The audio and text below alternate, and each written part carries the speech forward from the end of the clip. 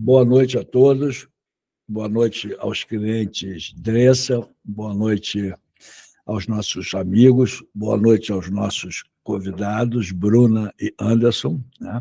É um prazer para nós estarmos aqui mais uma vez fazendo esse podcast, essa vez para falarmos da caixa de outono, box de outono, né? E estamos muito felizes com esse evento. A gente comentava aqui há pouco, né, que brincando, né, nós em setembro já vamos fazer um ano de Dressa, né? Então a gente está muito orgulhoso disso, né? E só chegamos até aqui por causa de vocês, clientes, né, que nos prestigiam a cada lançamento. Espero que sigam assim, né? Isso é muito bom. Hoje nós vamos ter uma aula, né? Porque a gente tem aqui dois craques do Dois vinho. craques, né? Dois craques, né? A Bruna e o Anderson, né? E a minha sócia, a Rafaele, vai falar Vou apresentá-los. Vai apresentá-los, né? Vamos lá, Rafaele. Então vamos lá, sejam bem-vindos, né, ao Dressa Podcast Experience. E a gente tem hoje como convidados, então, o Anderson Buffon, que é a quinta geração da família do Giacomo Buffon, formado em viticultura e enologia pelo Instituto Federal de Bento Gonçalves. Em 2019, decidiu, junto com a sua família, iniciar o projeto da Vinícola Buffon, onde hoje é enólogo e proprietário. Seja bem-vindo, Anderson. Muito obrigada por ter aceitado nosso convite. E a Bruna da Cherry, foi nossa prof. É enóloga e nutricionista, possui cursos de profissionalização em sommelier pela UX e pelo W72. É professora da Universidade de Caxias do Sul desde 2014, onde atua em disciplinas e coordena projetos do segmento uva e vinho. Possui mestrado e doutorado em ciências dos alimentos com ênfase em enologia. É mamãe do Vicente. E em 2020, juntamente com a família do seu noivo, criou a Monte Chiaro. Seja bem-vinda, obrigada por aceitar nosso convite. Obrigada. Tá sem voz, gente. Dá um desconto para. É só sem voz, tá? Não tem dor, é só a voz, tá tudo certo. Menos mal. Então, gente, para explicar como a gente vai fazer hoje, primeiro vamos começar falando dos produtos que estão na nossa caixa de edição de outono. Então, é um vinho da uva Vermentino, da Monte Chiaro. A gente começa por ele, por ser branco, né? O vinho é mais leve. E depois a gente segue para o vinho tinto, que é da Vinícola Buffon. Então, a nossa ideia é fazer essa degustação guiada aí com vocês. E depois a gente vai conversando, né? Ao longo do caminho a gente vai conversando sobre as empresas, os negócios, os produtos, conceitos e tudo mais. Então, a gente já tá, o Douglas tá com o vinho ainda. Eu já vou acabar, isso não é problema. A gente tá com as duas garrafas aqui, então é para terminar elas. Mas então tá, né? Como é que vocês fizeram, então, o desenvolvimento desse produto em específico? Muito bem, então, primeiramente, boa noite a todos que estão nos acompanhando. É um prazer estar aqui e poder prestigiar esse tipo de empreendimento, né, que é a Dressa, que valoriza o que é nosso, o que é local, principalmente nesse momento que é tão importante, né? Exato. Valorizar o que é daqui. Então, é muito bacana e a gente fica muito feliz, né, em nome da Monte Chiaro, de fazer parte dessa seleção de vocês. Bom, eu estou aqui para falar de um vinho que nós não lançamos ainda. Nós somos uma vinícola bem jovem, né? Diferente do Anderson, que já vem ali 5 gerações, né? Produzindo vinho. Nós somos um projeto bem recente, né? Nós estamos abertos há 1 ano e meio, mais ou menos. Iniciamos o projeto antes, né? Mas em operação. E esse vinho que eu trouxe para vocês é da uva Vermentino. O nosso foco da Monte Chiaro é produzir vinhos com uvas italianas, né? Nós, particularmente, gostamos muito de vinho italiano e a gente tenta utilizar esse modelo de vinificação nos nossos vinhos também. Então, o Vermentino é um vinho que nós não lançamos, engarrafamos, produzimos 500 garrafas somente. Bem exclusivo, bem né? exclusivo. É o vinho que nós menos produzimos hoje. E não vai ter safra 2024, olha infelizmente. Aí, ó. Olha a exclusividade do produto.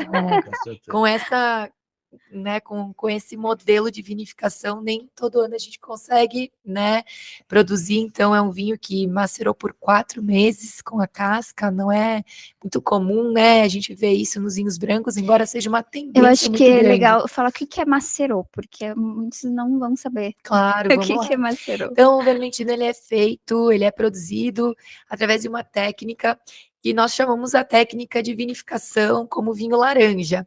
É uma técnica ancestral, os vinhos brancos eram feitos assim, lá atrás, há milhares de anos, né? E está sendo resgatado nos últimos anos, né? Tem se resgatado bastante. Aqui no Brasil a gente não tem uma legislação para isso, mas a gente já tem um norte da Organização Mundial do Vinho sobre o que seria um vinho laranja. Uhum. Então, o vinho laranja é um vinho feito com uma uva branca. Normalmente, o vinho branco a gente não deixa a casca no processo, e no vinho laranja a gente deixa a casca no processo, né? E a casca em contato com o líquido, isso então configura a técnica de maceração. Uhum. Nesse caso, nós maceramos por 4 meses com a casca, né? Então, essa técnica traz um perfil diferente para um vinho branco, né? Uhum. A casca da uva, ela é riquíssima em aromas e também em compostos fenólicos. São substâncias muito benéficas para o vinho, que vão dar uma amplitude principalmente no perfil aromático. Uhum. Você foge um pouquinho do frutado e entra em outras notas olfativas, como tons vegetais, herbáceos, né? E por extrair compostos fenólicos, você também tem um volume de boca maior, né? O vinho, ele ganha mais notoriedade, mais complexidade. Porque a gente escolheu um vinho laranja, né, por ser diferente, nossos clientes nem todos conhecem, já provaram. É a mesma coisa quando fala vinho verde em Portugal, não é que é a verdade. cor do vinho, é o jeito de fazer, né? Exato. Então, esse vinho, ele tem esse diferencial também. E aí, o que a gente pode esperar, né, de aromas no paladar desse vinho? Bom, então, um vinho laranja não necessariamente vai ter uma cor laranja, como vocês podem ver aqui, né? Ele dá um tom mais amarelo palha, tem um pouco de reflexo esverdeado. Isso também, isso depende muito da uva, é muito particular de cada uva também, o quanto vai ser extraído ali durante esse tempo de maceração. Mas o perfil aromático, né? Quando a gente sente o aroma desse vinho, ele traz a questão da fruta. É uma fruta, para mim, um pouquinho mais cítrica, assim, me lembra um abacaxi, até uma fruta tropical, mais nítido. E para mim me lembra muito o toque de erva, de chá, um tom um pouquinho mais herbáceo. A gente tem muito desses aromas na casca da uva. Não é tão comum a gente extrair no vinho branco, porque a gente não produz com a casca, mas aqui a gente consegue ter, então aumenta a complexidade olfativa, né? Você não sente só a fruta, você tem esse tom, também me lembra um pouco de camomila, um pouco da erva bem fresca, né? Que não é tão comum a gente perceber isso no vinho branco. E no paladar, se vocês me permitem, eu vou... Claro, com certeza. A melhor parte. Vocês podem ficar bem à vontade também. Mas a gente sente logo de entrada uma acidez, né?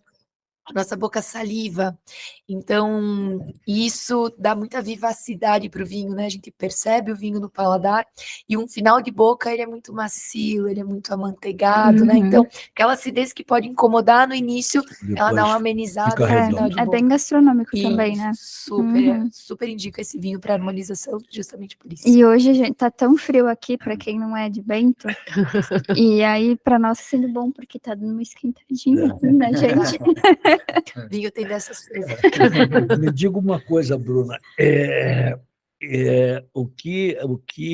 Fala um pouco da Monte Chiara, o que nossos clientes podem encontrar lá, se eles vão poder se degustar esse vinho lá, quais são os outros vinhos, qual é a linha que você trabalha. Muito bem, esse vinho especificamente não vão degustar. Então, tomem com moderação, não vai ter outro. É verdade, esse vinho ele é bem exclusivo, como a gente não lançou ainda, né? E a ideia é que a gente lance daqui a alguns meses, a gente não tem essa pressa. A Monte Chiara é um projeto bem pequeno. Hoje nós produzimos em torno de 12 mil garrafas, então é mais ou menos 1.000 garrafas de cada rótulo. Isso faz com que a gente limite um pouquinho a nossa venda, que fica muito focada na nossa loja, no Vale dos Vinhedos, né? Então, a gente tem um ou outro lugar, o nosso vinho fora da nossa loja, mas é especificamente lá. É uma linha composta por 12 rótulos, a maioria tintos, mas praticamente todos com uvas italianas, né? Que é o nosso propósito Sim. maior, produzir pequenos lotes, pensar em qualidade e testar muito, né? Como, enfim, a gente trabalha também na docência, então tem muitas técnicas novas, ou mesmo essa técnica que é ancestral, mas repaginada, né, para os dias de hoje, que a gente se aventura ali, né? E em testar também isso é um também. posicionamento, né? É. Como já contou pra gente, a gente já visitou a Monte Carolina, maravilhosa. Sim. E os turistas já vão passando por outras vinícolas, chegam na Monte Chiaro e já tem essas uvas diferentes para degustar, né? Exatamente, né? É um local que eu deixo o convite para todos conhecerem. A gente foca muito na experiência do enoturismo, né? Nós estamos no Vale dos Vinhedos e a gente tem um pôr do sol lindíssimo, Com que certeza. vale a pena conhecer. E é tão bom, né? A gente senta lá, relaxa, aprecia a vista, a natureza, né? A gente quer que as pessoas que nos visitam tenham um momento muito agradável conosco, e tem que ser acompanhada de bons vinhos, e além disso que os vinhos tragam um pouco da nossa essência, né? Sim. Não são vinhos essencialmente comerciais, obviamente eles são comerciais, Sim. mas eles têm que representar o que nós gostamos, né? Sim. Quais são os nossos objetivos, né? Então, traz o nosso perfil também, né? Mas sempre pensando assim nesse pouco volume, em algo mais exclusivo Sim. também. Fala um pouco para a gente, que tem um fato muito interessante, que são os rótulos, como são feitos os rótulos dos vinhos da Monte Chiaro. Quando a gente começou o projeto, tem algo que fica muito evidente quando a gente visita as vinícolas, assim, de modo geral, que é a arte, né? Então, as vinícolas hoje são obras-primas, são obras de arte, tem vinícolas que são um verdadeiro museu, assim, né? E a gente quis trazer a arte para o nosso projeto também. Então, nós pensamos, como é que a gente vai fazer isso, né, no espaço que nós temos? Então, nós tivemos uma ideia e que ela foi comprada por um artista. Eu digo comprada, assim, porque ele nos apoiou muito, né? Por um artista que é referência, que é o seu Antônio Giacomin. Ele é um caxiense, que ele pinta, é uma referência em aquarela, um dos grandes artistas do Brasil. Que inclusive está na nossa revista. Verdade. Foi entrevistado por nós, lá no estúdio dele. Então, vocês conseguiram ver a qualidade do trabalho dele. E nós chegamos para o Antônio e falamos, olha, a gente gostaria que os nossos rótulos fossem pintados com o nosso vinho. Ele, olha, eu testei isso. Mas assim, vamos lá, da onde veio essa ideia de pintar com os vinhos? A gente pesquisou muito, né, e nós já tínhamos visto, assim, em vídeos do Instagram mesmo, né, pinturas e tudo mais. Quando a gente começou a ver esses vídeos, a gente começou a entrar em contato com esses artistas. Como é que você faz para pintar e a pintura não oxidar? E a gente entrou em contato com vários, assim, no direct mesmo. E eles iam nos dando algumas dicas, mas a gente queria algo que fosse natural. Então a gente chegou para o Giacomin, a gente passou essas Vocês já dicas. Conheciam ele? Não, nós já conhecíamos, assim, não pessoalmente, Sim. né? Conhecíamos o trabalho dele. E até nem foi a nossa primeira opção, porque será que o Giacomin vai topar? Sim, porque ele é super internacional, né? Exatamente. Mas assim, ele foi muito aberto, ele e a que Carol, legal. e ele falou, não, traga um vinho que eu vou testar. Que legal. E ele fez vários testes, assim, e ele foi tão profissional, ele utilizou praticamente não, só vinhos tintos, e cada rótulo nosso tem um tom diferente, assim, ele foi muito profissional nisso também. Ficou bem legal. Então, hoje os nossos rótulos são pintados com vinho, inclusive ele fez uma obra específica para esse rótulo, ficou pronta há pouco tempo. Que legal. E essas obras A gente de tá arte, ansioso para ver. ela tá bem escondidinha. Com certeza.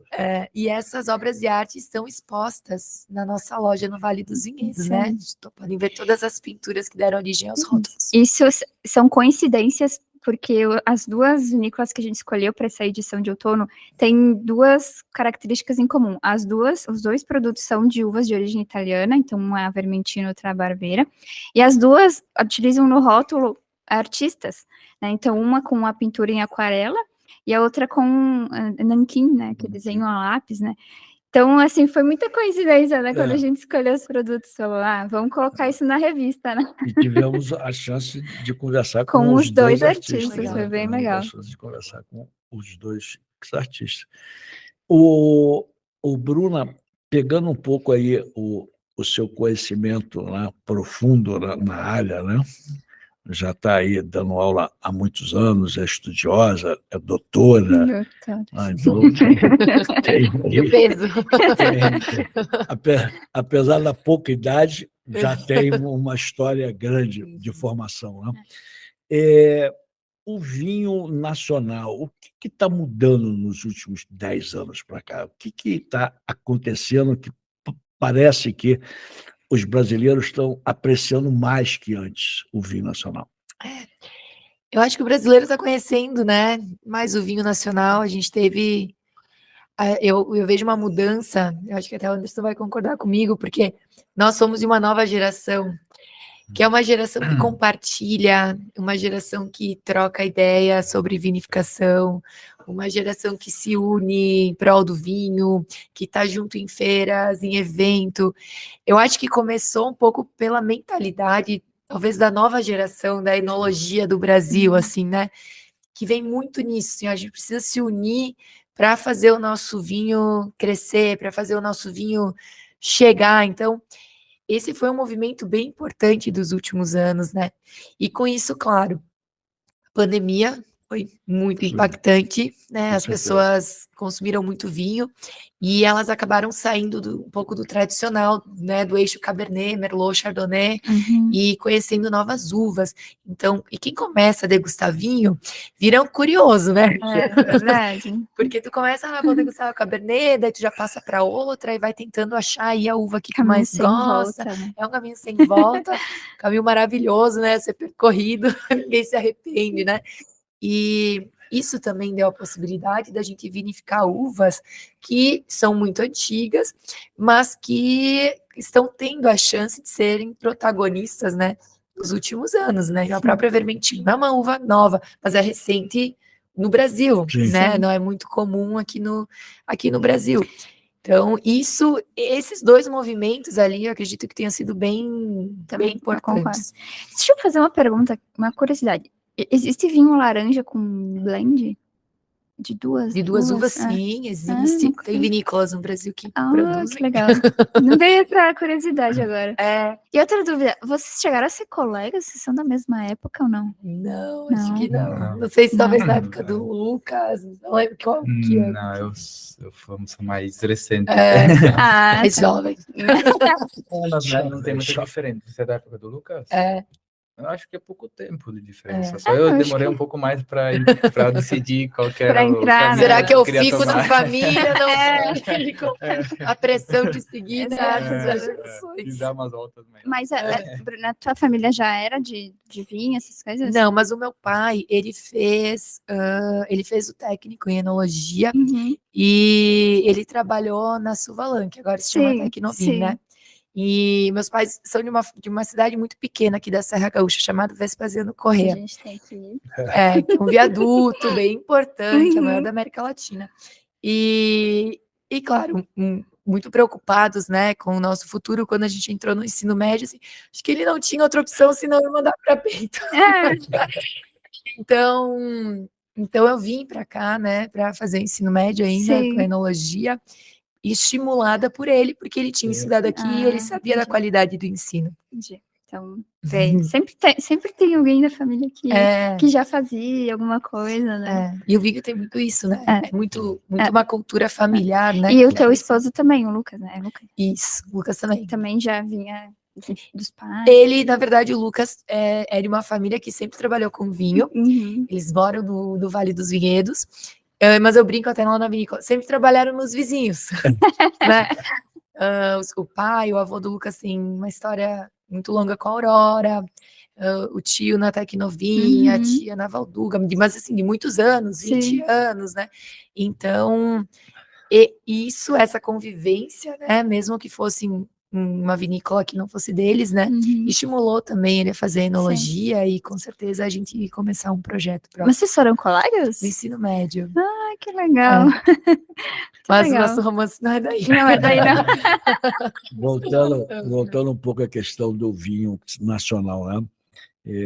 Você falou dessa parceria e troca de informações, né? E uma geração nova, né? Isso é muito, muito importante, muito legal. A questão da fruta e a questão do terroir, houve mudanças também nesses 10 anos? Você diz de alterar o vinho? Sim. Eu acho que tem uma relação, sim, com o terroir, porque o terroir são vários elementos, né? E um deles é o manejo do vinhedo. Então, com certeza, nos últimos anos, se mudou um pouquinho a técnica de manejo nos vinhedos e também se descobriu novos terroirs no Brasil, né? Olha o que é o Sudeste, Com certeza. Centro-Oeste. Gente, né? A gente tá numa crescente, né, do vinho nacional. Então, o próprio Rio Grande do Sul, se a gente for pegar a Serra do Sudeste, Vermentina é de Encruzilhada do Sul, né? Campanha Gaúcha, regiões com indicações geográficas novas. Então, com certeza teve uma mudança que isso impactou no mercado, né? Ó, estão indo vinhos, tá indo um outro Cabernet Sauvignon ali para o mercado, né? Que não é o Cabernet da Serra, mas que é de outra região e tem um sabor, né? Toda uma complexidade diferente. Legal. É muito legal conhecer tantos produtores, né? Nós Cadreça, a gente descobre muitas coisas, produtores não só de vinho, quanto de azeites, de geleia, enfim, produtos alimentícios. Muito legal. A gente estava com o Anderson batendo um papo antes, né? Que é essa questão da história, né? Desse envolvimento familiar, né? Dessa coisa de estar todo mundo junto ali na produção, né? Isso aí faz uma diferença muito grande, né? Porque são os próprios donos que estão envolvidos e entregando o seu melhor para fazer o melhor vinho. E né? as vinícolas se unindo, né? Criando laços, criando comunidades aí para... União faz a força, né? Para fazer isso aí. Comercial, porque até com os nossos clientes, que a maioria é São Paulo, Rio, a gente apresenta as vinícolas e eles não conhecem, né? Então é muito legal a gente trazer algo novo para eles, né? Isso aí. Fazer chegar as pequenas, né? Até outros lugares. Vamos ouvir um pouco agora o nosso querido e ilustre convidado, Anderson da Buffon. Fale um pouco aí Eu vou provar um pouquinho da sua vinícola e do seu vinho que está aqui. Barbeira. Então, boa noite a todos. Também quero agradecer a oportunidade de estar aqui com vocês e poder falar um pouquinho do nosso trabalho, né, do que a gente pensa hoje como Vinícola Buffon e também produzimos. A Vinícola Buffon, meu tataravô veio da Itália lá em 1886. Meu Deus. Veio direto a Bento Gonçalves, né, com a família, ficou na região de Faria Lemos. E em 1920 ele adquiriu a propriedade, saiu da casa do pai, fez a família, e na propriedade que ele adquiriu lá naquela época já existiam alguns vinhedos. Já existe. Hoje ainda existem esses vinhedos lá, uma parte, né, que são as videiras de Isabel, onde que a gente faz um vinho com essa uva, ela já tem 124 anos. De 1900 as videiras. Vinhas velhas, né? E naquela época foi lá em 1929, começou as primeiras vinícolas, né, a Rio Grandense começou em 29, e ali como eles começaram a produzir uvas para entregar para essas vinícolas, e começou a desenvolver, né, a viticultura na Serra Gaúcha. Com uvas de mesa. Com uvas de mesa, e depois, por questão comercial, começou a vir as uvas europeias. Né? Alguma coisa já tinha, mas começaram a introduzir. Então, a vinícola, a família, produzimos uva desde aquela época. Vocês não faziam o vinho? Não, o vinho era feito mais para consumo, né? Porque tinha que consumir vinho, né? A cultura, até hoje, não pode faltar o vinho. Com certeza. Então, era feito para consumo, venda para os vizinhos, né? O meu tataravô era conhecido como o cara que tinha o alambique, fazia a grapa. Então, ele fazia o vinho para fazer a grapa, né? destilava o bagaço da uva, fazia a grapa. E porque tinha um alambique italiano que trouxe de lá. Nossa. Aí ainda hoje tem, meu pai quer reformar, né? Mas Nossa, que legal. historicamente vendo, né? Isso aí mais recente, porque a família não guardava a história, e nós tínhamos que começar a procurar através dos Sim. vizinhos, né? Ai, que legal. Então, na história, eles eram conhecidos como a família que fazia a grapa. E todos os tanques antigos que tem hoje, eu vejo que eram utilizados para isso. Uhum. Então, produzia uva, fazia grapa e também vinho para consumo. Sim. E sempre foi assim, né? Meu avô, meu bisavô, meu avô, meu pai já queria sempre colocar uma vinícola. Uhum. Aí até onde que ele construiu a casa, que é a vinícola hoje, ele já construiu já pensando em futuramente fazer o próprio Sim, vinho. que é uma casa bem grande, né? Então, e eu nasci na safra, né? Então, desde que eu nasci, já comecei a vivenciar e sempre fiquei junto, mais na safra, porque depois, Sim. né, a gente vai dando umas voltas. Aí eu me formei no ensino médio e procurei fazer o ensino médio, né? Daí desisti de fazer o técnico. Aí eu me formei, fui buscar outra especialização. E depois, em 2017, então, eu decidi voltar a fazer viticultura e enologia já pensando, porque eu já trabalhava no turismo com vinhos de outras vinícolas e produzia Sim. uva para outras vinícolas. Uhum. Aí, tipo, não fechava, né? Eu Sim. tinha matéria-prima, entregava para outras e vendia vinho de outras. Então, eu fui buscar me especializar para, então, começar, assim, a fazer os nossos próprios produtos. Então foi na tua geração que vocês abriram a vinícola. Sim. Até então produziam uvas, mas não tinham vinícola. Isso. Sempre vivemos no meio, né? Uhum. Produzindo uvas, elaborando um pouco para consumo. E eu daí, junto com a Paloma também, a gente entrou no mesmo ano, só que ela entrou no técnico e eu no superior. Ah, sim, que ela é Hoje mais nova, né? é. Vocês dois de irmãos, né? Isso. Uhum. Hoje eu sou formado como no superior, né? Me formei em Sim. 21. E ela vai se formar agora, acho que ano que vem, no superior também. Ah, legal. Então, nós dois vamos ser enólogos, né? Uhum. Imagina o orgulho do pai, né? Aí, E do então, avô, né? então daí, no início a gente montou para fazer vinho de mesa, que era o que a gente produzia de uva, o Sim. forte, porque durante o tempo, a produção de uva sempre foi oscilando, né? Era uma época o mercado queria uva de mesa para Sim. suco, vinho de mesa, aí outra época o vinho fino estava em alta, aí convertia a vinheda para vinho fino, aí só que o espumante sempre manteve, né? Sim, O sim. espumante, desde 1925, meu tataravô plantou Trebbiano Toscano e a antiga Biancata Bonoriva, que era a atual Prosecco, né? Que é o mesmo Sim. estilo de uva, só que falavam nomes Sim. diferentes. E eu sempre analisei isso, né? E depois comecei a estudar também, comecei a analisar os terroir, trabalhar o terroir.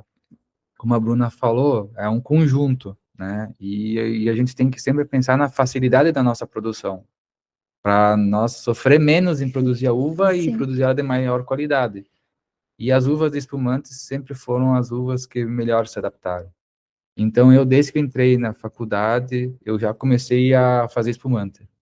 Sim. Eu chegava da aula, ia lá, aplicava, né? Em 2017, eu comecei a fazer os primeiros. E eram métodos ancestrais, só para ver como é Sim. que ficava. Em 18, foi os primeiros champenoises.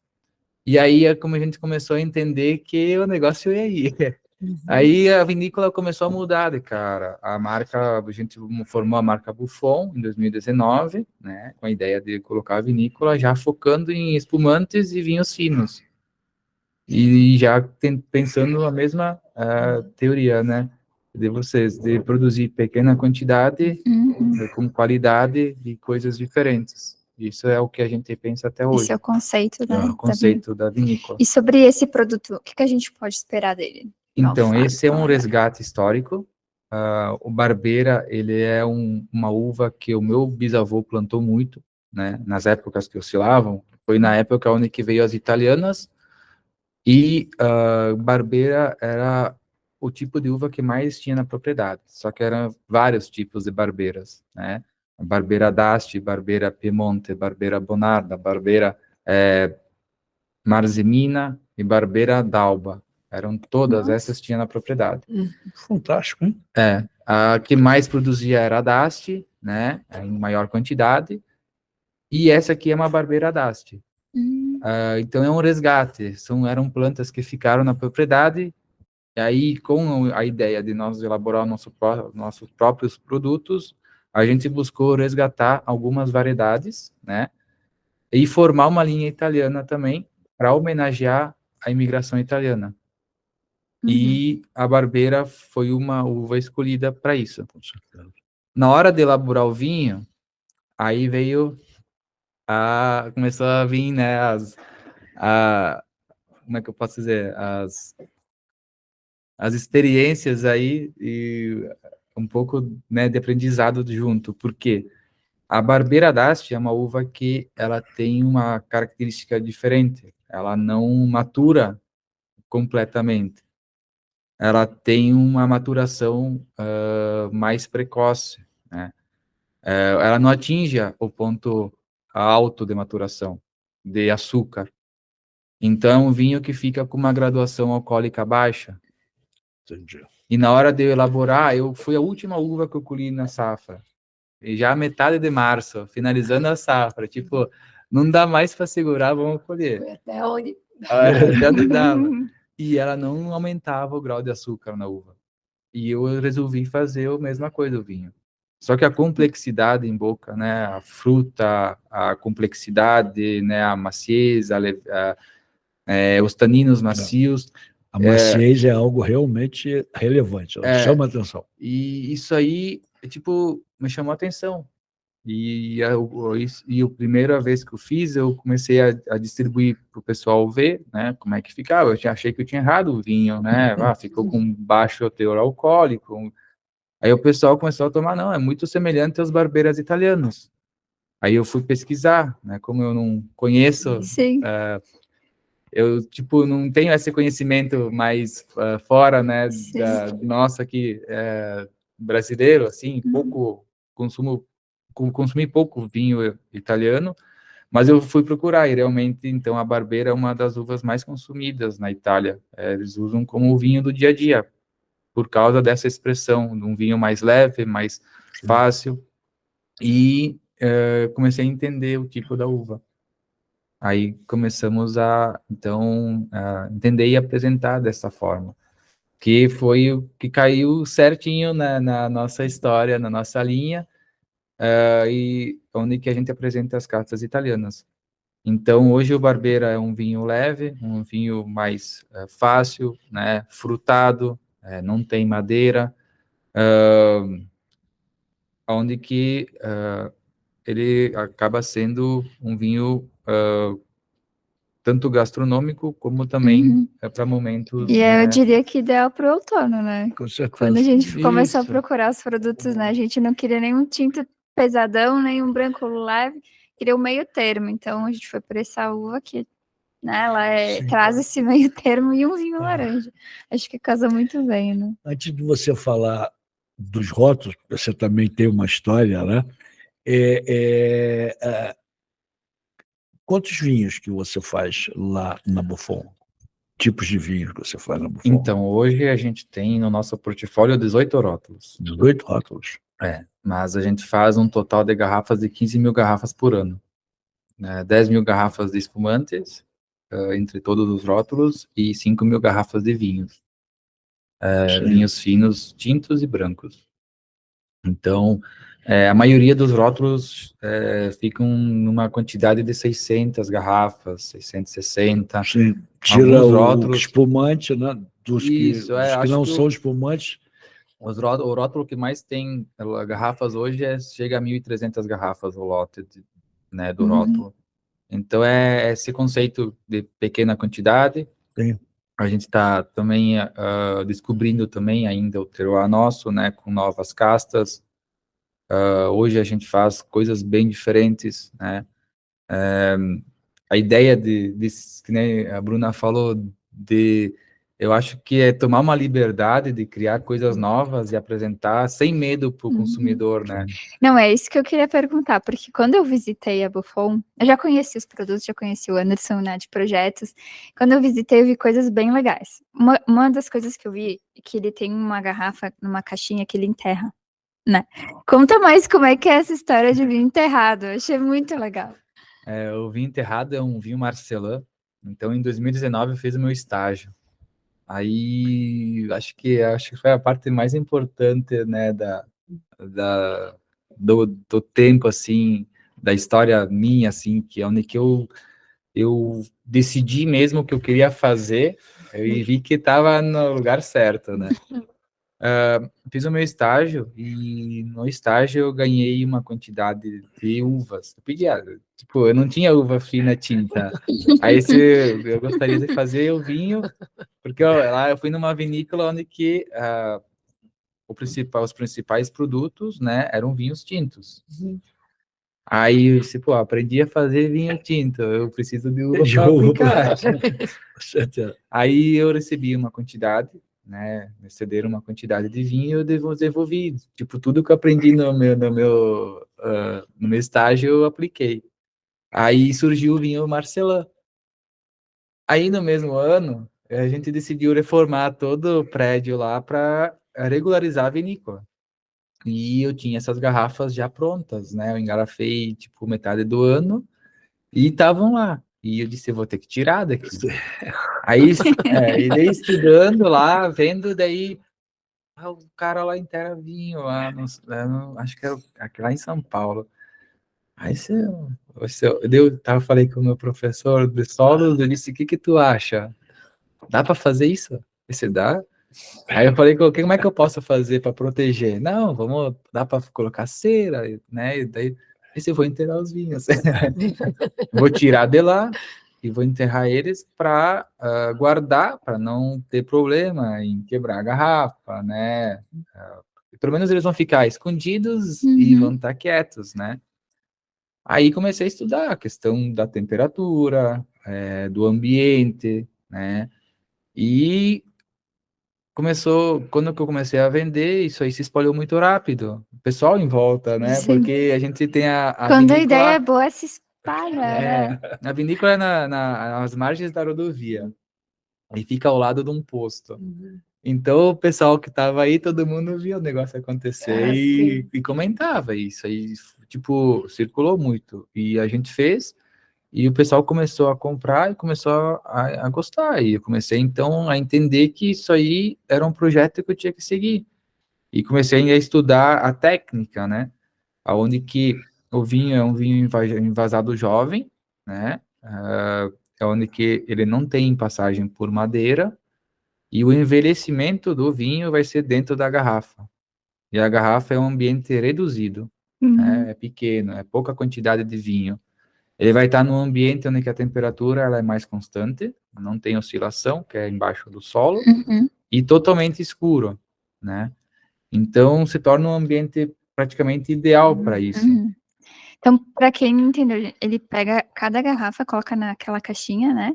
Ou é a garrafa? Não, a garrafa, A ela garrafa vai inteira, vai no embaixo da sol. terra, do lado da vinícola mesmo. Daí, Isso, quando vende, tira, eu tiro, resgato elas, coloco coloca numa caixinha, né? isso. Bem legal, Aí assim. vai um pouco da terra junto. Vai a terra junto. Aí a pessoa recebe, ela meio que desenterra da caixinha. É muito legal. Isso, a ideia no É uma início... proposta de marketing. Exato.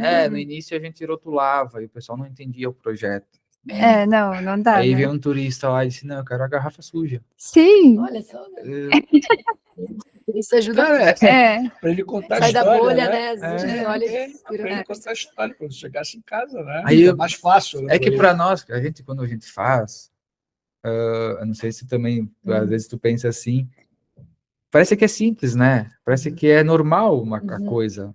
Só que quem está recebendo, ele quer a experiência completa. isso aí. Então a gente acha que às vezes aquilo lá é uma coisa que não tem valor, mas só que a experiência que a pessoa vai ter, para ela é um valor muito grande. E aí agora a gente pega ela, a gente retira ela, a gente tira o excesso, mas ela fica ainda com a terra a terra grudada, né? Uhum. E colocamos numa caixinha, aí onde que ela vai com o número da garrafa, o nome da pessoa, bem personalizado, e a gente entrega todas elas na caixa. Bem legal. Uma ideia bem legal. O Anderson, você falou que a maior parte da sua produção é espumante, né? Qual é o espumante da Buffon que você indica aí para os nossos clientes, já que você já está há tanto tempo fazendo espumante? Hoje a gente tem, é difícil falar uma, mas tem as Nature, nossa, acho que para mim, acho que são as que eu mais gosto, assim. Mas hoje a gente faz, lá na vinícola, a gente faz 8 rótulos de espumantes, todas métodos champenoise, né? A gente tem vários estilos também, como tem o espumante tinto de Petit Verdot, Nature, Surly, e esse faz parte da linha Exóticos, né? Maneiras exóticas de Esse é elaborar um vinhos. produto bem específico, bem diferente, né? Bem Para diferente. explicar, assim, é difícil a gente ver espumante tinto, né? Então, esse é um espumante tinto, né? A maioria a gente vê branco ou rosé, Tinto mesmo. e esse é um espumante tinto. Claro que a técnica de vinificação, a gente tenta fazer com que ele fique um espumante, né? Não seja agressivo. A ideia é ser tinto, ter características tintas, mas também ser um espumante, principalmente. A gente faz método ancestral, né? Prosecco Surly, Pinot Noir Surly. A gente faz um Nature de Viognier, branco, 100%, que hoje é um dos que o pessoal mais gosta. Agora a gente lançou um também, que é um método ancestral, só que com degorgement, aonde que a gente fez um cuvê brasileiro típico, né, que é o Pinot Chardonnay Riesling, e o pessoal está gostando muito. Eu acho que esse é realmente, né, o nosso cuvê, por causa que dá certo o casamento, dá tudo certo, fica pronto, assim. Então, ainda estou descobrindo, mas a ideia é os espumantes são nossos caros-chefes e os vinhos, as castas italianas estão começando a ser as principais uvas onde a gente vai desenvolver os vinhos. Uhum. Fala um pouco dos rótulos agora. Desse desenho. Não vai dar para ver ali, vou tentar virar aqui, ó. Este barbeiro é uma parte da história, né? Quando que o Klepper e o Jason, eu conheci o Klepper e o Jason bem no início do negócio deles, né, da agência deles. E a gente sempre teve uma relação bem legal, se tornamos amigos, né? E quando que eu falei para eles que eu precisava fazer um vinho e homenagear a imigração italiana. Aí eles disseram, mas como tu quer fazer isso? Aí um dia eu tava ouvindo a música América, América, como sempre, né? Aí, É um hino, né? toca várias vezes durante o dia na rádio e vai. Aí eu disse, tá ali. Eu disse, olha, eu quero que vocês fazem o tema do América, mas as garrafas têm que ser ilustradas, porque eu sempre vi a enologia como uma arte. Eu acho que é uma arte. Sim. E não tem como não ser, porque a uva chega lá, é que nem uma pedra redonda, né? Tem que lapidar. E tu tem que lapidar ela para fazer o vinho. E não tem, às vezes chega ela bonita, às vezes chega ela mais ou menos, e tu tem que lapidar e fazer um vinho, né? Isso a gente, só te interrompendo, a gente ouviu isso do enólogo da Pedrúcia. Como chama? O Gilberto? Gilberto. No outro O podcast? Gilberto, foi no nosso último podcast. E ele disse isso, né, que o vinho é a cara do xenólogo, é a alma do enólogo, é a vida do enólogo, né? É ele que faz o vinho, né? A uva é ele, o vinho é ele que faz. Então, é um pouco isso que você está falando, né? Chega lá, bem, o que vai fazer? É isso aí, eu sempre relacionei com o desenho, porque várias pessoas podem desenhar a mesma coisa, mas nenhuma vai ser igual da outra, são seres diferentes, né? E o desenho é isso, porque os artistas, os melhores artistas se destacam, né? E eu sempre vinculei a maneira de fazer vinho com a maneira de desenhar, com a mesma arte. E eu sempre gostei de colocar desenhos no rótulos por causa disso, né? E eu disse, bom, essa linha tem que ter a ilustração, o rótulo tem que ter um desenho que ilustre e traduza a música, Que é o hino da migração que é o hino da italiana. imigração Só para italiana. explicar, não é só este rótulo, são 4, São né? 4 4, rótulos. 5, Isso. 4, né? Então, cada um desses 4 rótulos vai contando em linha cronológica um pedaço da estrofe da música e uma imagem que representa essa estrofe, né? Isso, a música América, América, para quem não conhece, é o hino da imigração italiana, foi desenvolvido em 1875 pelos imigrantes, aonde que conta a história de como eles vieram para cá, todo o tempo da viagem do navio a vapor, a chegada no Brasil, os primeiros dias aqui. Por exemplo, o Barbeira é o retrato dos primeiros dias aqui no Brasil, onde que diz que na América nós chegamos, né? Na América nós chegamos. Não havia nem palha e nem feno, né? Não tinha campo, tinha só mato, não tinha onde ficar. Tivemos que dormir no terreno nu, como os animais. Então, tiveram que se acomodar no meio do mato, como os animais faziam. E aqui, então, retrata as famílias se acomodando os primeiros dias. Aí depois tem já a terceira estrofe, que era dividida em duas, onde que diz que a América ela é grande e larga, né? Ela era rodeada de morros e vales. Aí é outro vinho, que diz que o pessoal compara o lugar aqui com a Itália, de onde vieram, que é semelhante, né? Montanhas e vales. E o último vinho, que é a uva Rebo, a gente traz a uva Rebo como a italiana mais nova, né? E também mostrando o centro de Bento Gonçalves, que é a formação das cidades, Sim. que é a última etapa, né? Sim. Que é quando começaram a formar as vilas e cidades. Então diz que com o trabalho dos imigrantes começaram a formar as vilas e cidades.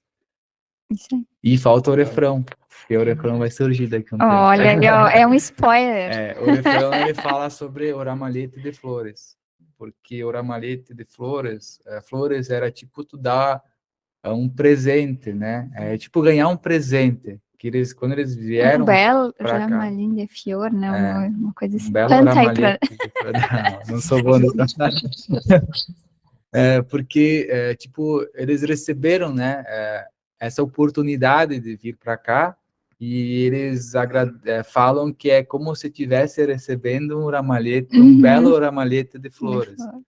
Comparam, né? Eu tenho memória afetiva dessa música. Sempre nas festas de família eles cantavam. Era bem legal, né? Então, a gente vinculou tudo isso com a história que a família teve. Todas as famílias daqui da Serra Gaúcha tiveram, né? E apresentar em Douglas, você já vinho. ouviu essa música? Eu não ouvi ainda.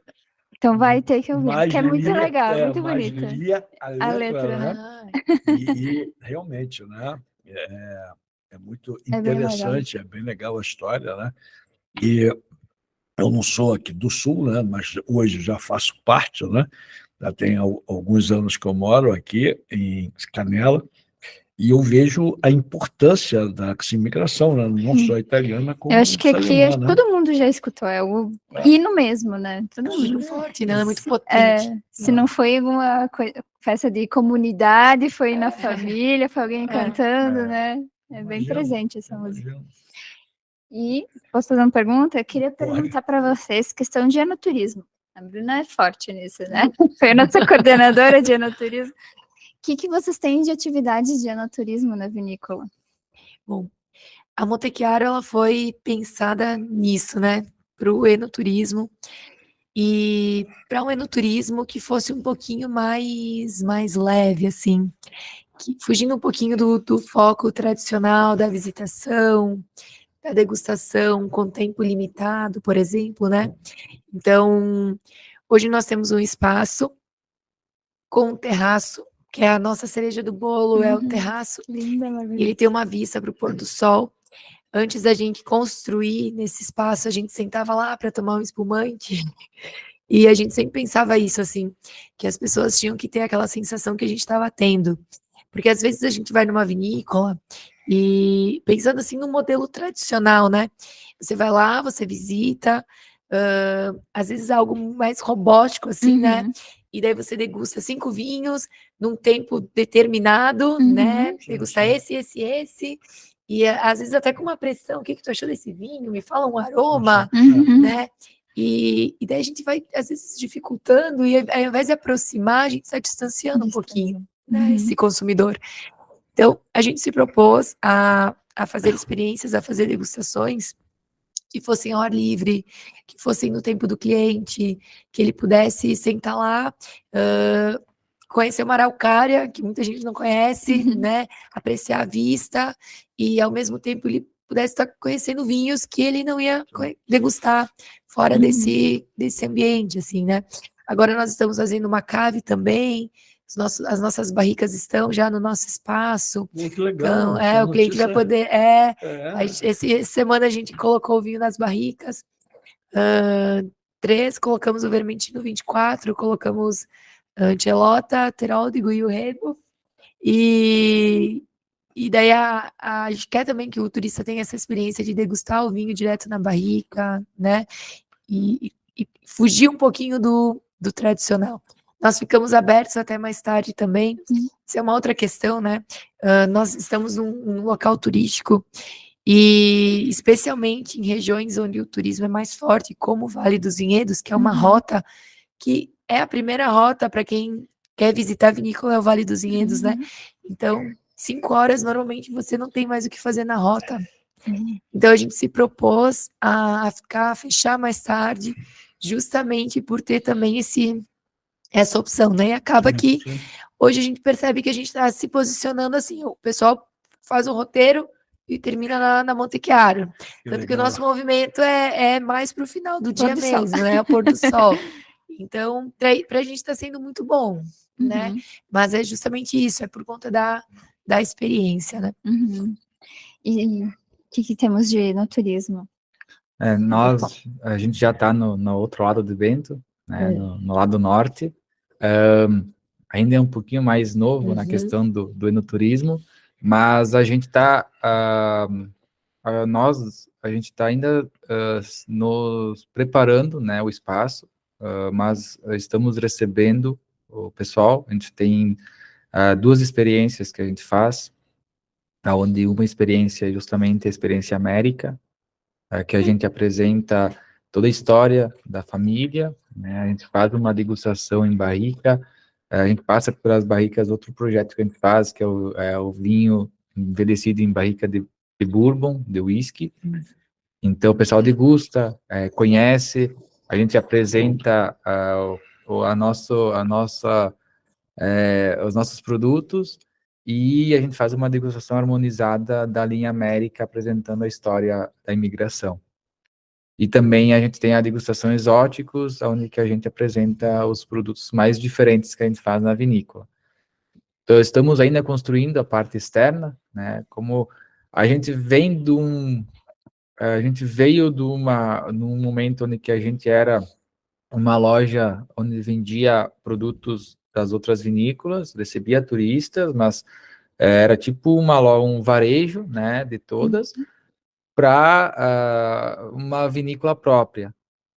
Então, a gente quis se concentrar mais na questão de fazer uma base de vinhos, né, dos nossos produtos, e agora, quando o pessoal começa a vir procurar, a gente estamos nos preparando na parte externa para poder ter mais espaços diferentes, onde a gente vai construindo um vinhedo da linha América, que vai ter um deck para o vinhedo, o pessoal ficar à vontade, poder circular. Esse é um projeto um pouco mais, um futuro mais próximo, aí vai estar pronto. Vocês estão, no fundo, construindo a personalidade da vinícola, né? Porque, como você falou antes, era a revenda, né? E agora vocês estão realmente aqui, está a essência da família Buffon. Tudo que está aqui são produtos produzidos por nós, né? E a gente tem uma pergunta ali do René. Ele perguntou como é que está agora a situação pelas inundações que teve aqui no estado, né? Como é que está para vocês essa questão? Teve algum impacto para vocês? O que vocês sentiram? Em termos de turismo, hoje a Monte Chiaro, ela vive do turismo, né? Nosso faturamento, quase que 100% é enoturismo, Enoturismo. né? Então, para a gente teve um impacto muito expressivo. Uhum. Claro, a gente não estava esperando, né? Sim. Todo esse desastre que ia acontecer. Então, tem sido tempos difíceis, mas também nesses tempos difíceis a gente tem que se mexer um pouco, né? Uhum. Então, nós optamos por começar consultorias para empresas nos darem consultoria, para a gente repensar um pouquinho também o nosso modelo. Uhum. Mas o nosso turismo hoje, ele está sendo um pouco mais estratégico no sentido de chamar quem é daqui. Então, focar bastante no local. As Sim. pessoas que conseguem vir até Sim, nós, sim, né? sim, sim. Nós precisamos do turista. Nós dependemos disso. Sim. Então, todas as nossas ações, elas estão muito voltadas para o local. E eu acho que tem uma campanha muito grande no Rio Grande do Sul, né? Da gente valorizar o que é daqui. E eu acho que as pessoas estão aderindo, né? Durante a semana é um pouco mais complicado, Uhum. mas nos finais de semana as pessoas estão saindo de casa. Sim. E isso, se o tempo colaborar, É. né? Parar de chover, isso tem sido muito bom para todos os empreendimentos que vivem do turismo. Isso antes de mais nada, boa noite ao meu amigo Renê. Renê é um parceiro de 40 e poucos anos.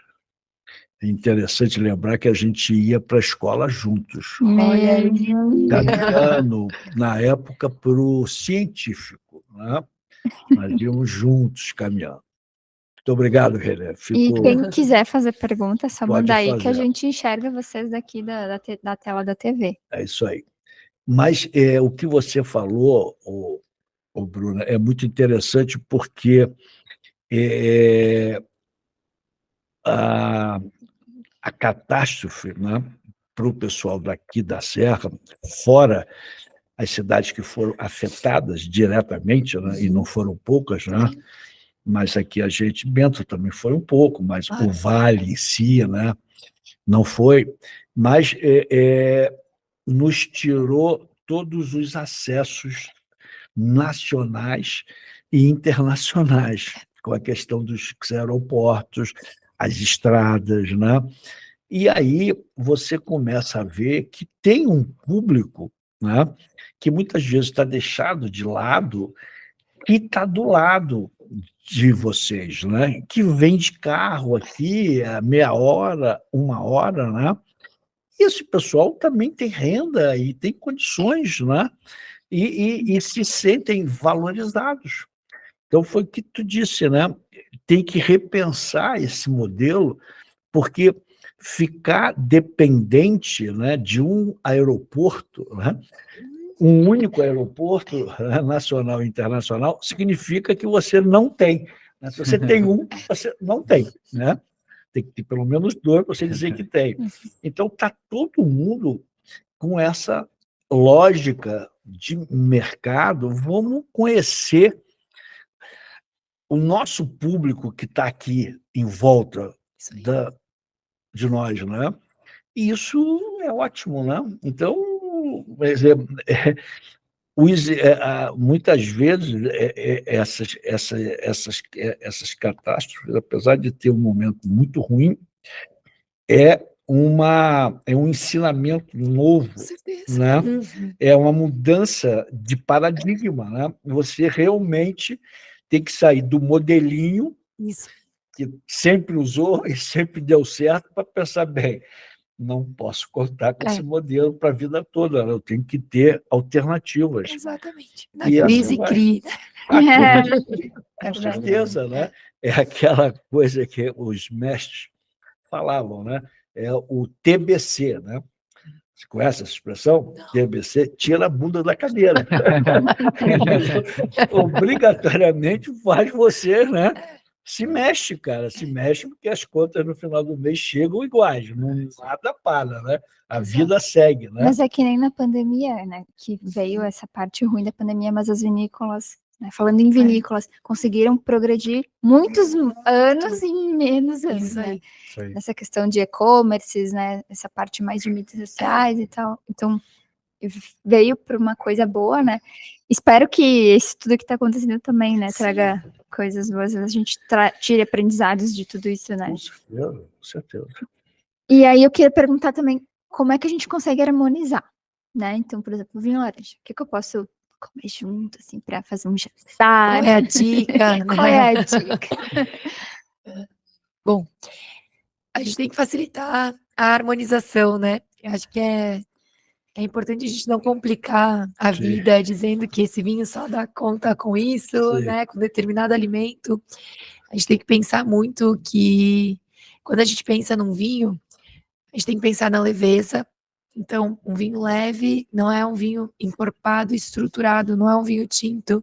Então, vai pedir pratos que sejam mais leves também. E a gente tem que pensar muito na persistência do vinho no paladar, né? Quanto tempo esse vinho fica na boca? Você tem que ter um alimento que acompanhe essa persistência, porque isso é o sabor.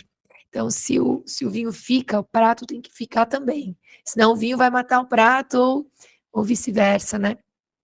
Então, aqui, o Vermentino é uma variedade muito comum na Sicília, que é mar, né? Uhum, Traz muito essa questão da mineralidade, uhum, de pratos que são leves, porém são marcantes, uhum, né? O que é do mar tem um sabor muito, uhum. muito expressivo, muito marcante.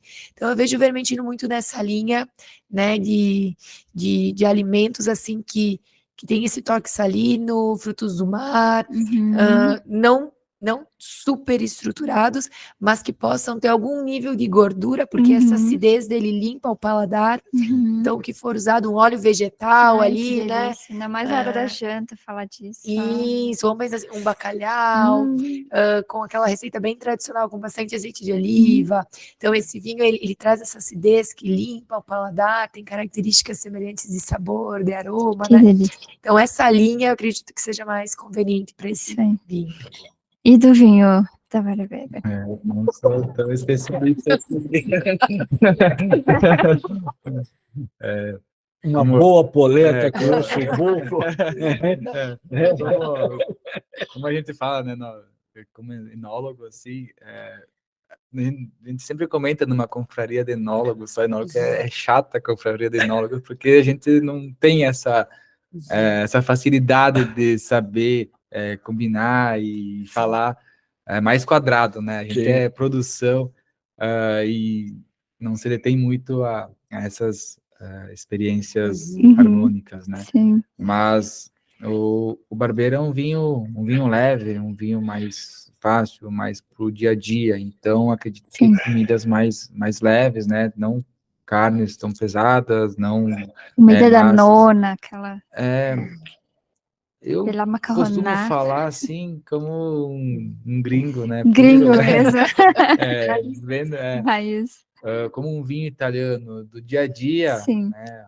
A comida da nona vai A muito comida bem, do dia a dia, do dia a né? dia. Exatamente, também acho. Mas também tem um perfil, como é tinto, também dá para Sim. aperfeiçoar um pouco, com comidas um pouco de Uhum. médio, né, corpo. Sim. Bom. A gente tem algumas perguntinhas aqui da Adri. Então, pergunta para Bruna. O projeto da vinícola é um sonho antigo? De onde surgiu a ideia de começar algo novo? Então, eu e o Lucas, né, nós nos conhecemos desde o ensino médio, que é o meu noivo, e a gente se reencontrou no doutorado. Nossa, que A legal. gente começou a fazer projetos de doutorado juntos, né? A gente trabalha na área de vinhos, né? Na pesquisa na área de vinhos. Isso aproximou a gente, né? E daí a gente começou, a gente tá fazendo projetos no laboratório, quem sabe a gente faz um projeto. Primeiro veio o namoro ou primeiro veio as ideias de negócio? O que veio primeiro? Não, primeiro veio o namoro. Ah, não. Primeiro vieram os projetos de pesquisa, depois o namoro. Vamos. Quem faz enologia quer fazer seu vinho, né? É uma coisa que Tá tem no como sangue, fugir. tá no Tu sangue. começa a estudar vinho, começa a fazer enologia, é o objetivo lá, tu quer fazer o teu vinho, né? Sim. Tu estuda tudo aquilo, tu quer mostrar, então a gente tinha muito essa vontade, assim. Então, na pandemia, a gente começou a projetar. nosso espaço. Acho que também o Lucas sempre quis trazer isso como um legado da família dele, assim, né? Uhum. E morarem no Vale dos Vinhedos, sempre trabalharem com vinho, e acho que a geração dele foi uma geração que teve, assim como a do Anderson, né, dar esse passo a mais, Uhum. né, vamos construir, vamos, Tem que né, ter tirar do coragem papel. também, né? Exato, e a gente vem a tradição italiana, sofreram muito, daqui esse rótulo, Sim, né, eles sim. chegaram aqui, não tinham onde ficar, eles só Uhum. rezavam, né, para Muito tempos trabalho. melhorarem, para os tempos melhorarem, então a gente sempre é muito difícil para o italiano dar um passo, né? A gente vem muito, a nossa família é assim, de arriscar. Uhum. Então, tu precisa ter uma geração um pouquinho mais aberta a isso também. Então, a gente se encontrou ali e o Lucas é professor de enologia, eu também dou aula, né, desse assunto. Então, foi meio que natural, assim, a gente começar a pensar em criar algo além da sala de aula, Uhum. além da pesquisa, né? Para Colocar em prática. provar tudo aquilo que vocês ensinam, Exato, né? Isso aí. exatamente. Não, e Isso assim, assim. quem quiser conhecer a Montechiaro, bem legal, né? Um projeto super recente, É, mas que foi bem pensado ali, a questão da parte visual, né? Arquitetônica aí também tá bem legal. que O bom. pôr do sol é incrível, né? A gente tem a vista lá, pôr do sol, a É. experiência completa. Mas, assim, queria dizer que essa parte ali do enoturismo, a gente consegue sempre ter ideias ali que vêm dos turistas, né? Que nem Com tu falou certeza. antes. Uhum. E se tem alguma coisa assim que vocês estão pensando em fazer de essas experiências enoturísticas para o futuro, ou algum lançamento? Sim. O que tem para o futuro? Hoje a gente tem 3 experiências de degustação, e uma delas é ao pôr do sol, harmonizada, né? E é uma experiência bem importante pra gente hoje, Uhum. né? Tá inclusive no nosso faturamento, e a gente sempre deixa um lugar muito especial para essas pessoas que adquirem essa experiência ao pôr do sol, né? Mas nós temos para o futuro uma cave, onde a gente pretende oferecer experiências dentro da cave. Ela está sendo projetada pensando no enoturismo, e a gente tem um outro projeto que a princípio começa a sair do papel esse ano, que é um espaço mais exclusivo para fazer a degustação, né? Então hoje a gente tem um terraço, onde a gente serve os nossos vinhos, né, com essa proposta do ar livre. A gente vai ter um espaço para quem quiser, a gente está ampliando a nossa linha de vinhos, mudando um pouquinho até os próximos vinhos que virão, vão ser vinhos mais especiais, assim como vocês estão vendo o Vermentino, né, mais estruturados, mais exclusivos, então merece um espaço diferenciado também. Então a gente Legal. tá para construir um novo espaço dentro ali no nosso terreno, né, que vai misturar um pouquinho da gastronomia, não restaurante, mas vai misturar um pouquinho da gastronomia com uma experiência que mescla o ar livre com o interno, assim, mas que a pessoa possa se sentir muito valorizada naquele ambiente com ar de muita exclusividade. Isso é uma coisa muito interessante, porque você vê, né, por exemplo, quando você vai a Mendoza, né, você vê um pouco isso, né? As grandes grifes, né, as grandes vinícolas, né, têm ambientes próprios para quem quer ir lá experimentar o melhor do melhor. Isso aí. Evidentemente, paga um ticket caro, mas tem ali, né, 1, 2 sommeliers à disposição, a parte gastronômica também é diferenciada, sem pressa, né? Isso aí. Não ali, ficar ali, passar algumas horas, né? E é isso que tu disse, né? As pessoas cada vez mais tentam ou buscam exclusividades, né? E eu acho que é um caminho, né? É um caminho. Né? Nem todos podem acessar, mas tem um público que você tem público para isso, né? E não precisa ir a Mendoza para você, né? Não precisa gastar dinheiro, né? E pegar avião e viajar de carro até Mendoza, aqui dentro de casa, né? Então, como dizem, né? Não precisamos inventar muita coisa. Vamos copiar quem deu certo. Né? Doce é um case. É um case. Vamos Não copiar adianta. quem dá certo, que deu certo lá, vamos trazer para aqui. Evidente, adapta, Claro. com as Nada adaptações. secreto de se copiar. Mas é pura verdade, né? E o charme está que a adaptação sempre tem algo diferente. Isso. Né? Sempre traz, né, alguma coisa diferente. Mas eu acho que esse é o caminho. E o seu canto ali, por ser no alto, né, e tem espaço ali para muita Sim, coisa, né? E tem que ser condizente com a tua proposta de vinho também, né? Uhum. Então, tu tá oferecendo um vinho exclusivo, não é todo mundo que vai gostar. Sim. Né? A gente já recebeu pessoas lá que não simpatizaram. Uhum. Se você não tem nenhuma experiência com vinho, aquela pessoa que entra lá, ela tem que ser muito encantada, Sim. porque não é o paladar Uhum. daquela pessoa, né? Sim. Então, é muito também da nossa responsabilidade trazer esse cliente, né? E abraçar esse cliente, né? Sabe assim, não, você pode pertencer a isso, ó. A gente vai te ajudar a saber reconhecer, a saber degustar. Então, o atendimento personalizado, quando a gente tem um empreendimento pequeno, né? Tu é atendido pelo sommelier, pelo enólogo, faz com que tu entenda melhor o teu cliente e consiga personalizar o atendimento, Uhum. né, para o teu público. Então, aquela pessoa que fala, não gosto desse estilo de vinho, tu vai saber oferecer outro, tu vai entender, né? Para aquela pessoa, ela tem uma boa experiência, apesar de talvez não ser o gosto dela pessoal, né? Sim. A gente tem mais uma pergunta aqui para o Anderson, do Malécio. Você sempre quis seguir a tradição da família ou já pensou em seguir outra área? Não, teve uma época que eu pensei. Não sei o porquê, né? Mas jovem, né? Adolescente. É natural. Eu, na verdade, teve uma época que foi bem difícil, né, na viticultura, e teve uns anos que não era valorizado o trabalho, a uva não era valorizada, e meu pai sempre disse, não, vai busca outra coisa, né, tenta achar. E só que, tipo, sei lá, eu não sei se eu queria descobrir, tentei, né, mas fui fazer, por exemplo, eu fui fazer técnico, desenhista mecânico. Aí, cara, eu não me achava naquilo lá.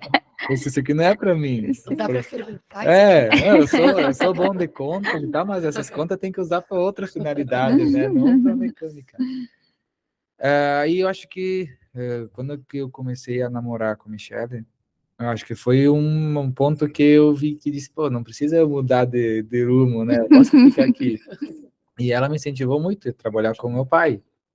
Legal. Meu pai tinha um empregado, aí trabalhava nos vinhedos com ele, e aí o cara ia sair, não ia para fazer outra coisa, e meu pai precisava de uma pessoa, e daí, tipo, pô, você vou eu, né? Eu tinha quantos anos nessa época?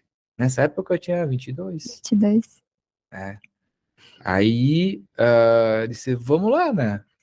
Vamos lá. E daí foi na mesma época que eu entrei na faculdade, aí comecei a ver que realmente era isso. Legal. Aí, tipo, não precisava ter dado tanta volta, né? Precisava começar antes, mas assim, é que assim, tipo, eram épocas diferentes. O que aconteceu? Era difícil colocar uma vinícola. Não sei se a Bruna lembra. Era muita burocracia. Era difícil, vinícola pequena, tu conseguir colocar. Daí teve um momento onde que a gente teve muito incentivo, né, dos órgãos públicos, né, da Emater, da Embrapa, aonde que a Emater desenvolveu a lei do vinho colonial para registrar essas vinícolas familiares que queriam produzir o vinho e vender o vinho, regularizar, porque sempre existiu a venda do vinho, Sim. só que regularizar e aperfeiçoar isso, né? Dizer, não, você quer vender, então vende uma coisa boa dentro da lei e pode abrir o leque. Sim.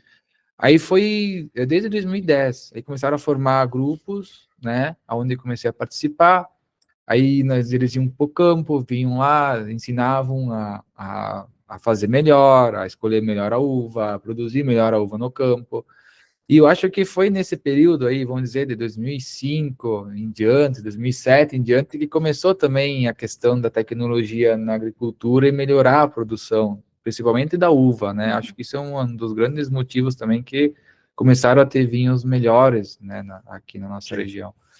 E o agricultor entender que isso era necessário, né? Que até então, eu vou produzir, né? Vou produzir. Aí, não, entender que precisava produzir uma uva de qualidade. De qualidade. E aí começa a vir a nova geração, né? Começa a entrar a nova geração, começa a ter a liberdade, né? Os pais também deixar, porque era difícil dentro de uma família italiana dar uma liberdade de escolha para o filho, né? Então, dar essa liberdade, meu pai sempre foi muito aberto a isso, aí foi indo, né? E foi tendo esse incentivo, e do vinho, de poder, então, sim, colocar uma vinícola, começar a registrar a vinícola, né? Poder fazer, e eu acho que tudo isso foi juntando, e o apoio de todo mundo, onde que eu voltei, comecei a estudar e vi, não, acho que é isso mesmo. Aí, Que legal. então, resolvi ficar e fazer. Hoje a vinícola já ocupa mais tempo do que a propriedade, né? Já se torna a principal função, Atividade, né? né? Atividade. Então, tudo isso, mas foi uma construção assim, com incentivos e principalmente o apoio, né, da família, Sim. onde que deu certo. Tu não Isso. demitiu teu pai ainda? Ele falou assim, olha, para mudar de geração, tem que, às vezes, tirar a mentalidade da antiga, né? Mas teu pai sempre comprou a ideia, pelo jeito. Mas eu tinha que dar resultado, né? Pior que bem assim. Tem que dar resultado. Não, tu pode, mas tem que dar resultado. Mas no fundo, essa decisão sua aos 22 anos, né? Talvez você tenha dado ao seu pai uma das grandes alegrias da vida dele, né? Orgulho. Porque ter a família, né? Ter a segunda geração para tocar o negócio. Eu imagino se ele tivesse que passar isso para um outro empregado, né? Teria uma tristeza, né? Então, isso aí é uma coisa fantástica, né? Porque os pais sempre, quando têm alguma coisa, né, querem passar para os filhos, né? Mas não querem empurrar, não querem obrigar o filho, né? Manda o filho fazer medicina, fazer engenharia. Vai, meu filho, vai, mas louco que ele vai e volta, né? E foi o que tu fez, né? Você deu uma voada e depois, não, para aí, né? Só que mais aqui. o único problema nosso é tipo assim, eu vejo que o que o meu pai deu para mim, ele não teve muito assim, né? Porque ficou tipo um buraco aí no meio da história, né? Meu avô, ele não foi uma pessoa que foi aquele italiano que não queria investir, ele só queria produzir do que já tinha. Sim. E tem muitos vinhedos que estão hoje velhos, né? Digamos assim, como é que as pessoas perguntam às vezes quanto dura uma videira, né? Aí ela dura quanto tempo a gente quiser. A questão é a questão comercial, né? A questão do tipo de uva, né? Hoje a produção de uva é um negócio, é uma empresa. Tu tá gerando matéria-prima para outras e tu tem que colocar no mercado o que é necessário. Sim. Só que ficou um período aí onde que não teve essa troca. Sim. Teve uma insistência, né? Sim. Não teve, se lá atrás tivessem pensado, não, vamos mudar o tipo de variedade, que o mercado vai evoluir, era mais fácil, né? Hoje eu vejo que a gente precisa correr atrás do tempo, porque a produção do vinho, a busca dos vinhos que a gente faz, ela tá sendo mais rápida do que a troca do vinhedo. O vinhedo hoje demora mais. Sim. Então, mas assim, deu tempo ainda e tá dando certo, então fazendo. A gente tem mais uma pergunta, que é para a Bruna, que é quanto tempo demorou para a elaboração do novo vinho, que é esse aqui, que é do Eduardo? Olha, deixa eu ver, nós estamos aqui. Toma esse vinho, isso é 2024. A gente começou a pensar no Vermentino no início de 2023, porque nós queríamos muito fazer um vinho branco de uma uva italiana. Nós temos Trebbiano hoje e não é fácil, né? diferente do Anderson, nós compramos a nossa uva. Uhum. Então, nós precisamos garantir. Primeiro, a gente precisa conseguir um produtor, Uhum. e depois essa uva tem que estar no padrão que a gente deseja. Então, é um pouco complicado esse caminho, assim, né? Quando você terceiriza essa parte do processo. Então, foi início de 2023, assim, que a gente conseguiu um produtor e vermentino legal, assim, dentro da qualidade esperada, que para você fazer um vinho que vai macerar 4 meses e ele não tá aqui oxidado, Uhum. né? Você precisa ter uma uva muito sadia. Uhum. Então, a uva é a alma, né? É tudo. E foi ali que a gente começou a pensar no vermentino. Nós tínhamos até outras uvas também em mente, e quando a vermentino veio, pra gente foi maravilhoso, porque não é um vinho fácil da gente encontrar, né? A Uhum. gente queria isso acaba que colabora ainda mais com essa questão da exclusividade que a gente quer dar para o nosso produto. Eu nunca tinha tomado. Vermentino também não. Não, É né? bem raro, né? Você é uma sommelier, né? Eu nunca tomei. Mas é uma uva difícil mesmo de bem legal. encontrar. Tanto que Gente, são 500 garrafas só. Sim. Está chegando aí no nosso horário, né? É. Tem mais alguma pergunta?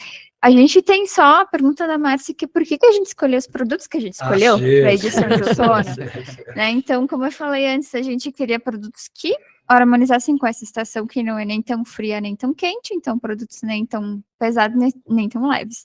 Então, a gente pensando, né, vamos pegar um vinho laranja, porque ele vai se encaixar perfeitamente nessa edição de outono.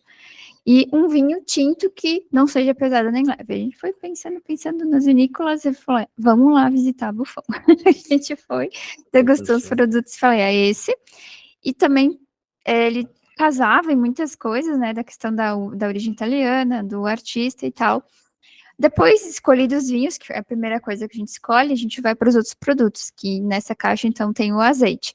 Então, a gente sabe que a produção de azeites esse ano está bem triste, vamos dizer assim, porque teve muita pouca produção de olivas, né, de azeitonas, então a gente conseguiu um produto de qualidade, que é da Olivas de Gramado, então a gente tem ali um azeite top, né, para essa edição. A gente tem também, então, uma taça, que ela é ideal para esse estilo de vinho, nem tão leve, nem tão pesado, ela ressalta os aromas, né, ela é mais bojuda, mais gordinha, assim, no bojo. E como a parte alimentícia, que a gente sempre coloca em todas as caixas, né? Então, a gente já colocou pão, já colocou massa. O que a gente podia colocar agora? Então, a gente colocou antepastos, né? Então, tem o molho pesto e o de azeitonas pretas. Então, a pessoa consegue ter uma experiência completa. Ela recebe, pega ali uma torradinha, um pãozinho, coloca o antepastos, pega um vinho, toma. Então, né? Fechou tudo. E aproveitar já que a gente está falando da edição de outono, a gente tem, então, a próxima edição já, que está para lançar, mês que vem, é o próximo lançamento, que é a edição de inverno. Então, nós temos essa caixa com produtos, então, vinhos tintos, né, que é para aquecer, e para acrescentar esses vinhos tintos, a gente tem uma grapa de Merlot, que é da Destilaria Alba, que é de Montebello do Sul. Então, a gente colocou, todos os produtos têm Merlot. O primeiro vinho é o primeiro vinho de denominação de origem do Vale dos Vinhedos, que é da Vinícola Peculiare. Então, quando a gente estava pesquisando os produtos para outono, a gente visitou a Peculiare, provou o produto e falou, não vai ser outono, vai ser inverno esse aqui. Aí tá, já sabíamos o produto de inverno. Ele ficou lá esperando a gente fazer o pedido. Aí depois, temos esse vinho. E agora o próximo. Vamos pegar um vinho também, sempre seguindo essa linha, produtores boutique, daqui, né, do sul. E aí eu pensei, Caetano Vicentino, é uma vinícola que não é aqui, Bento, né? A gente tá sempre Bento, vamos pegar uma, né, de fora, essa é de Nova Pado. Então ela é um Cabernet com Merlot. Esse vinho ganhou medalha de ouro no concurso da Vinales na França. Então, todos os produtos são porquê de estar ali. Então, nessa caixa de inverno, a gente tem esses 2 tintos, né? Um de Cabernet com Merlot, outro de Merlot e a grapa de Merlot. Então, assim, ninguém vai passar frio. E para complementar, então, a taça para vinho tinto, né? Também da Riedel, continuando nessa linha. E uma taça para grapa, que ela é pequenininha, assim, coisa mais linda, que é para aquela dosezinha, assim, só para E essa grapa, ela só tem para Dressa. Se você quiser comprar, não tem, tá? É um produto só exclusivo para Dressa. E aí, para complementar, a gente tem de alimentício, a gente pegou da Pecantelli, que também nós conhecemos na pós, né? Então, dos caminhos de pedra, nozes pecanas de cobertura de chocolate meio amargo e outra de coco caramelizado, assim, uma delícia. Gente do céu, a gente degustou, assim, vários sabores e a gente escolheu esses 2. E a gente tá com um mimo dessa edição, que é um suporte de panela de Dressa, que a gente tem que incluir a Dressa em alguma coisa, né? Faz parte. Então, a gente tá dando esse mimo e tá bem legal. E, claro, vem, né, a próxima caixa vai ser na cor azul, que eu estou aqui em homenagem, que é uma cor fria, né, cara de inverno, vem na capa de veludo, e a gente tem, então, uma edição super limitada, vão ser só 30 caixas, e a gente tá com uma campanha de Dia dos Pais, a gente pensou assim, o que a gente podia fazer de diferente, né? Porque eu quero dar um presente pro meu pai. Aí a gente já fez porta-retrato com a moldura de Dressa, coisa mais linda, ficou pronto. E aí a pessoa pode colocar a foto com o pai dela. Que bacana. Daí ela manda a foto, a gente manda revelar e vai junto com a Vai caixa. junto com a caixa. Que legal. Esse é o nosso trabalho, fica pensando em coisas, Trabalho né, super diferentes. criativo. Com certeza. Bem, já estamos aí a 1h30, né? Já passamos. E, O papo tá bom, né? você bota uma tábua aqui de Não, daí cozinha, já- vamos lá, vamos passar adiante. Bem, eu queria agradecer aos convidados, tanto a E Bruna, eu queria pedir para vocês deixarem as redes sociais de vocês, né? O pessoal quiser saber mais, né? Conhecer, qual que é? Eu vou deixar a rede social da Montechiaro, né? É Montechiaro com CH. O Chiaro do nosso dialeto e o Chiaro do italiano significa Monte Claro, função da nossa localização geográfica. Então, seguem lá para conhecer um pouquinho, né? Vocês vão ver, né, o que é o nosso espaço e as nossas experiências. É Montechiaro Vinhos Finos, @Montechiaro Vinhos Finos. E a minha é Bru da Cherry, né, que é o meu sobrenome. E, enfim, lá não tem tanto vinho assim. Tem mais um rapazinho pequenininho. Coisa mais fofa. Eva Fol. Nós, então, a da vinícola é Vinícola Buffon. Então, lá também a gente coloca tudo que é novidade, tudo que a gente faz, a gente procura colocar para o pessoal conhecer, saber, né? E a minha é Buffon Enólogo. Buffon que Enólogo, legal. isso aí, sigam lá. Bem, então, de novo, agradecendo a Bruna e o Anderson pela presença de vocês, foi fantástico. E, principalmente, né, aos nossos clientes e amigos, que são a razão de ser da Dressa, né? Recorde de público e audiência, né?